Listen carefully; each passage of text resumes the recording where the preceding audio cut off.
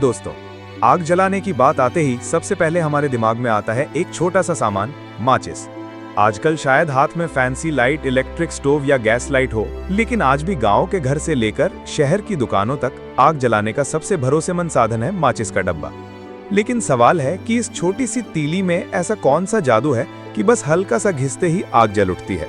और ये तीली और डिब्बा असल में कैसे बनते हैं, आज हम पूरी प्रक्रिया फैक्ट्री से जानेंगे, इसलिए वीडियो को अंत तक जरूर देखिएगा।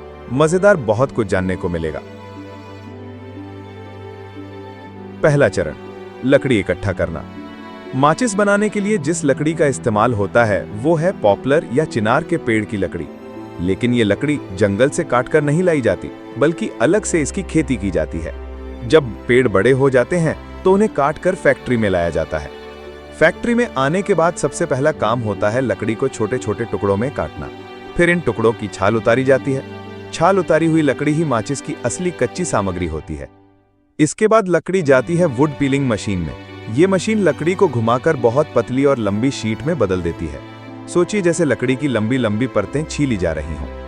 इन शीटों को एक एक करके सजाया जाता है और फिर भेजा जाता है स्प्लिट चॉपर मशीन में। ये मशीन लकड़ी की शीट को लंबी पतली तीलियों में काट देती है।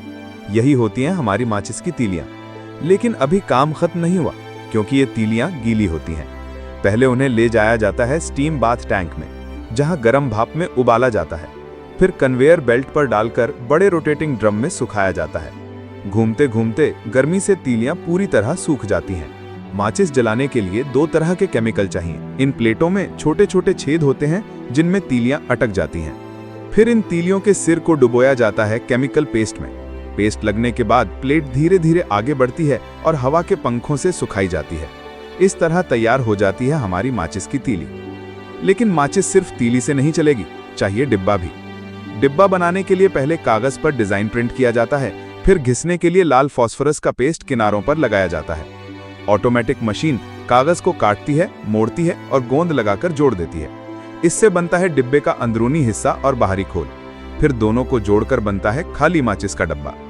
इसके बाद सूखी तीलियों को गिनकर हर डिब्बे में भरा जाता है। फिर 5 या 10 डिब्बे पैक करके बाजार में भेजे जाते हैं। तो दोस्तों, इस तरह से बनती है हमारी रोजमर्रा की साधारण सी माचिस। छोटा सा सामान होते हुए भी इस